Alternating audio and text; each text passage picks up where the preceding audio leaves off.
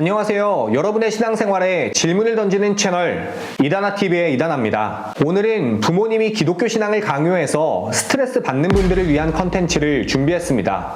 저희 집은 어른들이 다 기독교세요. 어렸을 때는 종교적인 부분에서의 강요가 그렇게 큰 스트레스는 아니었는데 나이가 좀 드니까 이게 어느 순간부터는 굉장히 큰 스트레스로 다가오기 시작했습니다. 만날 때마다 새벽기도 나가라고 하시고 수요 예배나 금요 예배도 빠지지 않아야 진짜 기독교인이라고 말씀하시고 심지어는 제가 벌어들이는 수입의 10분의 1은 교회에 바쳐야 복을 받는다고 11조까지 강요하시는 거예요. 그러다 보니까 어른들을 만나면 숨이 턱턱 막히고 대화의 끝이 항상 종교적인 이야기로 끝나다 보니 관계도 점점 안 좋아졌습니다. 이 영상을 보시는 분들 중에 저 같은 문제를 겪고 있는 분들이 적지 않을 거라고 생각해요. 오늘은 부모님이 도대체 왜 종교를 그토록 강요하는지 그 이유에 대해 말씀드리려고 합니다.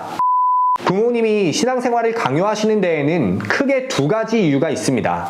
첫째는 기독교의 교리를 잘 지켜야 우리가 복을 받는다고 생각하시기 때문이에요. 이런 인식은 생각보다 깊은 뿌리가 있습니다. 역사적으로 한국교회가 성장한 시대적 배경은 한국 경제의 부흥기였어요. 전쟁을 겪고 나서 경제적으로 굉장히 어려운 시기를 보냈던 사람들이 자신의 어려움을 해결해달라고 교회로 몰려들었고 그 시기에 교회에서 매일 예배드리고 기도하고 헌금했던 거죠. 그때 교회를 지배했던 인식이 뭐였냐면 지금 힘들고 어려워도 괜찮다. 신앙생활 열심히 하면 하나님께서 축복해 줄 것이다. 이런 인식이었어요. 그리고 그런 인식이 우리나라 경제 성장 시기와 맞물려서 진짜 이루어진 것이죠. 그래서 이 시기에 경제적으로 풍요로워진 분들은 내가 기도했더니 하나님께서 나를 축복하셨다라는 강한 믿음을 가지게 됩니다. 이런 분들에게는 신앙생활이 일종의 투자예요. 헌금이나 봉사를 하면 하나님께서 더 큰 복으로 돌려주신다고 생각합니다. 근데 웃긴 게 뭐냐면 사실 이 시기에는 기독교인이 아니어도 돈 번 사람들이 많다는 거예요. 정말 기도하고 헌금해서 하나님이 축복해 주신 거라면 교회 다니지 않는 사람들은 돈을 벌지 못하고 교회 다니는 사람들만 돈을 벌었어야죠. 근데 이 시기에는 남들에게 피해주고 자기 이득만 챙기던 사람들이 돈을 훨씬 더 많이 벌던 시기였습니다. 솔직히 지금도 그렇지 않나요? SNS 들어가서 잘 먹고 잘 사는 사람들 한번 찾아보세요. 예수 믿는 사람보다 예수 안 믿는 사람들 중에 돈을 잘 버는 사람들이 훨씬 많습니다. 근데 교회에 가보면 여전히 신앙생활 열심히 해야 하나님께 축복받는다고 가르치는 목사들과 그걸 믿는 성도들이 있어요. 이건 종교 사기극입니다. 저는 이런 기독교인들이 세상적으로 잘 되는 게 굉장히 위험한 일이라고 생각해요. 세상적 성공이 자신의 신앙을 정당화하는 수단이 되기 때문입니다. 기독교 안에서 무슨 짓을 하더라도 세상적으로 성공만 하면 모두 정당화할 수 있는 거예요. 왜? 하나님이 축복해 주셨으니까.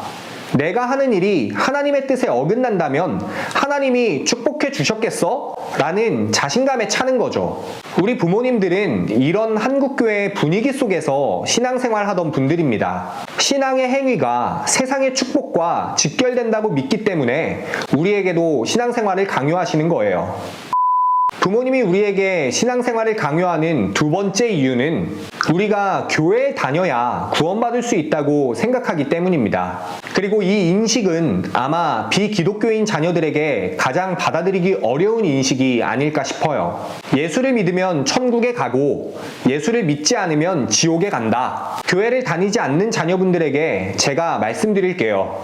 이 말은 어떤 의미에서는 맞고 어떤 의미에서는 완전히 틀린 말입니다. 먼저 틀린 의미부터 말씀드릴게요. 예수 믿고 죽으면 저 하늘 어딘가에 있는 곳으로 슝 이동하고 믿지 않고 죽으면 영원히 불구덩이 속에서 고통받게 된다. 이건 틀린 의미입니다. 그럼 이번엔 맞는 의미에 대해서 설명드려 볼게요.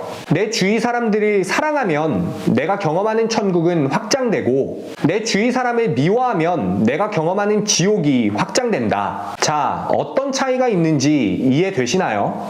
천국은 흔히 기독교인들이 생각하는 공간으로 이해해선 안 됩니다.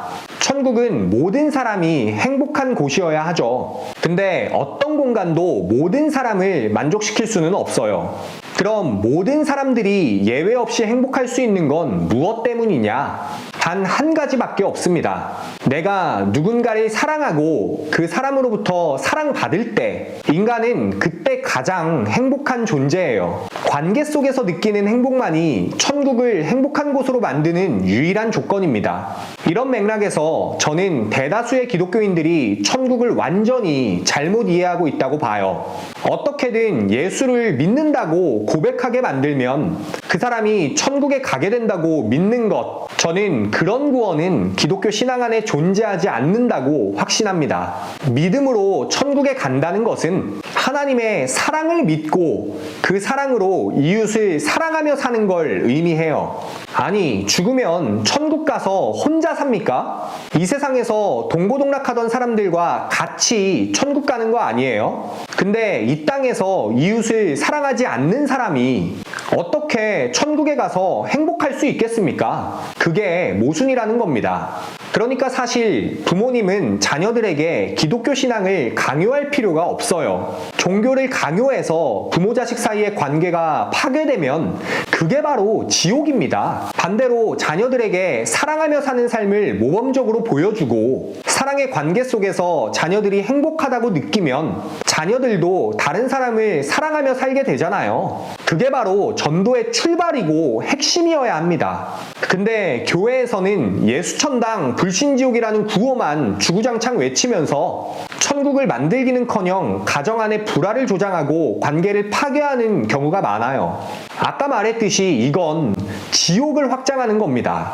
어떻게 보면 오히려 반기독교적인 행위인 거죠. 이런 식의 말과 행동은 기독교의 구원과는 거리가 멉니다.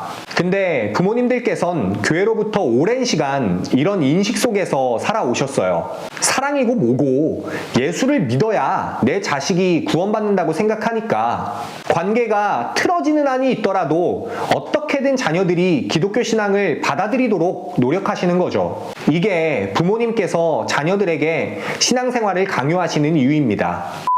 사실 부모님께서 자녀들에게 기독교 신앙을 강요하는 본질적인 이유는 아이러니하게도 자녀들을 향한 사랑 때문이에요. 그러나 한국교회의 잘못된 가르침으로 인해 본래 기독교 정신과는 다른 방법으로 자녀들을 대하시는 경우가 많습니다.